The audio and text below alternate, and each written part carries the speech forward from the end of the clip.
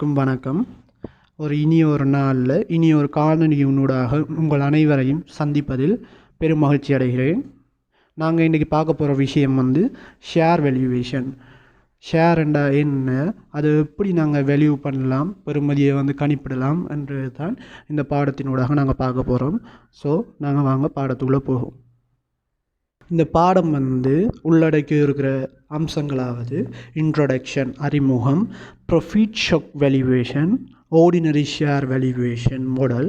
அதில் 3 முறையான வேல்யூவேஷன் இருக்குது. முதலாவது single period valuation, multi period valuation, infinity period valuation. அடுத்தது நாங்கள் பார்க்க போகிறது valuation of ordinary shares under different assumption about the growth rate. அதுக்குள்ளே 0 டிவிடெண்ட் growth rate. அடுத்தது கான்ஸ்டன்ட் டிவிடெண்ட் growth. 0 டிவிடெண்டாக 0 டிவிடெண்ட் அதை நாங்கள் பார்ப்போம். முதலாவது நாங்கள் இன்ட்ரோடக்ஷனை பார்த்தோம்னா, shares are important forms of investment for investors. அப்போ முதலீட்டாளர்களுக்கு மிக முக்கியமான கருவி பங்குகள் வகிக்கிறது. At the same time companies raise their capital by issuing shares to public. அதே நேரத்தில் கம்பெனிஸ் அவங்களோட அந்த ஃபண்டை திரட்டுறதுக்காக, மூலதனத்தை திரட்டி கொள்றதுக்காக பங்குகளை வழங்குது. எனவே இன்வெஸ்டர் அதை கொள்முதல் செஞ்சு அவங்களுக்கு உரிய மூலதனத்தை கம்பெனிகளுக்குரிய மூலதனத்தை கொடுக்குறாங்க. Shares have an intrinsic value or real value. அது உண்மை பெறுமதியையும் கொண்டிருக்கும், மறைமுக பெறுமதியையும் கொண்டிருக்கும் shares. By considering the intrinsic value or real value, investors take their investment decision.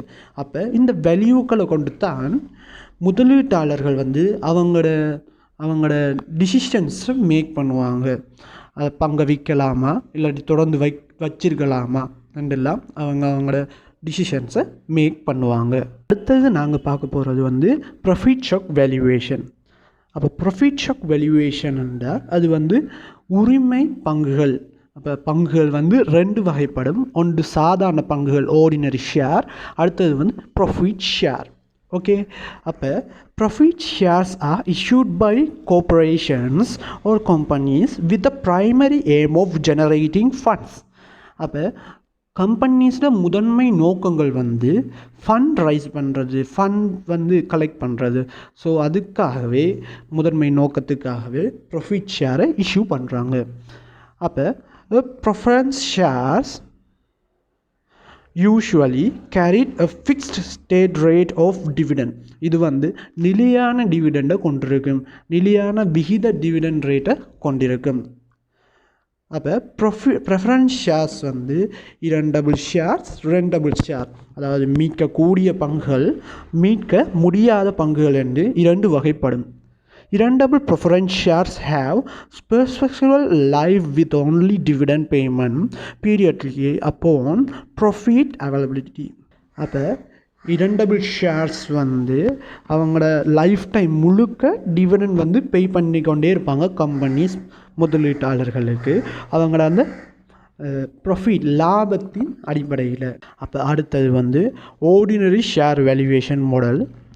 The value of a share of stock should be equal to the present value of all the future cash flows you expect to receive from that share. அப்போ இந்த ordinary ஷேர்ன்ற சாதாரண பங்குகளை குறிக்குது. இது company தங்களோட முதலீட்டை திரட்டுறதுக்காக பொதுமக்களுக்கு வழங்குகிற ஒரு ஷேர். ஸோ இதில் சொல்ல வர்றது என்னென்னா, இந்த ஃப்யூச்சர் கேஷ் ஃப்ளோ, அதாவது எதிர்கால வருவாயை நிகழ்கால பங்குட பெறுமதி தான் தீர்மானிக்குது என்று இதில் சொல்கிறாங்க. The relevant cash flows of common stock investors are cash dividend and capital gain. அப்போ இன்வெஸ்டருக்கு 2 விதமான கேஷ் இன்ஃப்ளோஸ் வரும். ஒன்று டிவிடெண்ட் மூலமாகவும் வரும், அடுத்தது கேபிட்டல் கெயின் மூலமாக வரும். அப்போ இங்கே கேபிட்டல் கெயின்னு சொல்ல வர்றது என்னென்னா, ஒரு பங்கை நாங்கள் விற்பதன் மூலம் அதிலிருந்து கிடைக்கிற வருவாய் வந்து கொள்விலையை விட அதிகமாக இருந்துச்சுண்டா அது கேபிட்டல் கெயின். இப்போ கொள்விலையை விட குறைவாக இருந்துச்சுண்டா அது கேபிட்டல் லாஸ். இப்போ நாங்கள் ரெண்டபிள் ப்ரிஃபரன்ஸ் ஷேர்ஸ்ண்டா என்னென்று பார்க்க போகிறோம். ரெண்டபிள் ப்ரிஃபரன்ஸ் ஷேர்ஸ்ண்டா மீட்கக்கூடிய பங்குகள். அப்போ redeemable preference shares have a fix maturity date. அவங்களுக்கு வந்து ஒரு முதிர்ச்சி காலம் ஒன்று இருக்கும். இப்போ 2025 ஷேர்ஸோட இந்த முதிர்ச்சி காலம்ண்டா அப்போ அவங்க வந்து உங்களோட லாபத்தோடு சேர்த்து உங்களோட பங்கோட மெச்சூரிட்டி வேல்யூவையும் உங்களுக்கு தருவாங்க. ஸோ அப்போ நாங்கள் வந்து ஒரு சமன்பாட்டின் மூலம் எங்களோட இதை வந்து நாங்கள் வேல்யூ பண்ணலாம். அப்போ அந்த சமன்பாடு வந்து டியின் கீழ் 1/r பவர் மேலே வந்து ஒரு வருஷம் இல்லாட்டி வந்து வருஷத்துக்கு வருஷம் அதை நாங்கள் மாற்றிக்கொண்டே இருக்கணும். அப்போ அந்த ஆர்ன்னு சொல்கிறது வந்து ரிக்யூரி ரேட் ஆஃப் ப்ரிஃபரன்ஸ் ஷேர், எவ்வளவு அவங்க எங்களுக்கு ரேட் அதாவது வீதம் தாராங்கன்னு சொல்லி அந்த ஆரில் நாங்கள் குறிப்பிடுவோம்.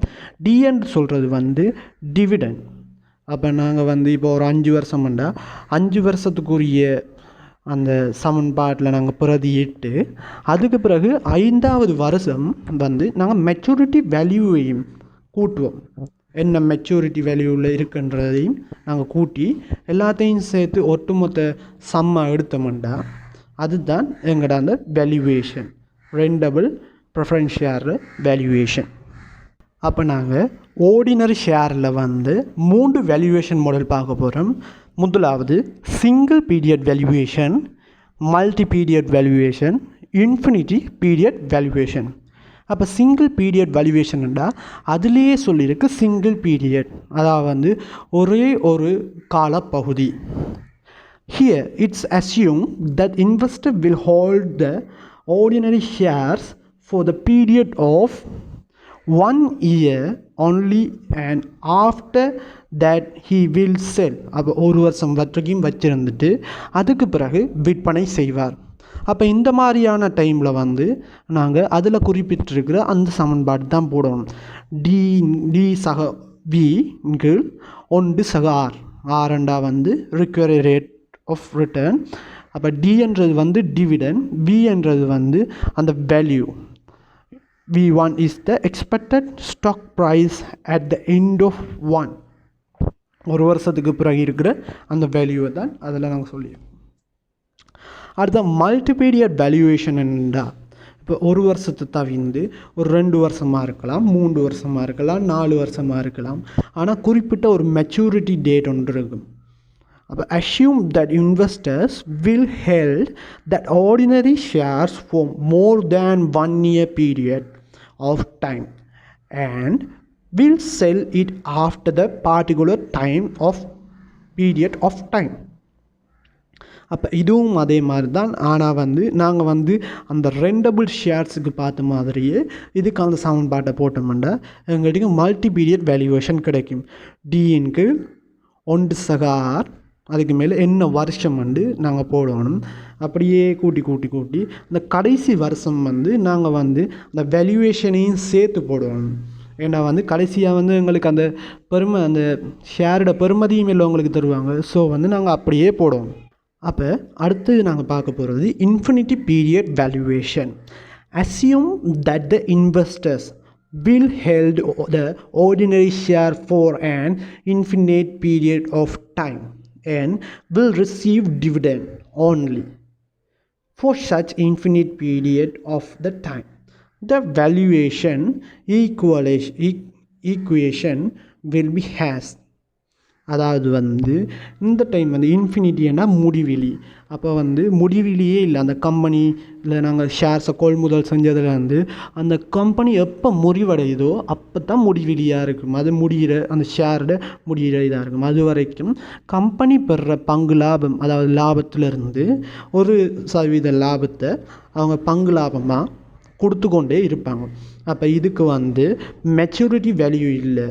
அப்போ டிவிடெண்ட் மட்டும்தான் கிடைக்கும். ஸோ நாங்கள் இதுக்கு டியின் கீழ் 1/r மேலே டி. அடுத்தது நாங்கள் பார்க்க போகிறது வந்து valuation of ordinary shares under different assumption about the growth rate. அப்போ சாதாரண பங்குகளுக்கு வந்து எப்படிப்பட்ட growth rate இருக்கும், வளர்ச்சி வீதம் வந்து இருக்கும் என்று சொல்லி தான் நாங்கள் பார்க்க போகிறோம். பங்கு லாபத்துக்குரிய வளர்ச்சி வீதம் தான் பார்க்க போகிறோம்.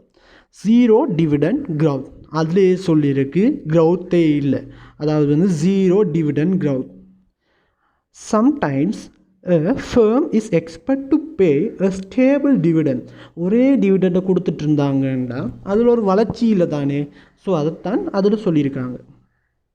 With little or no change for growth in the feasible future.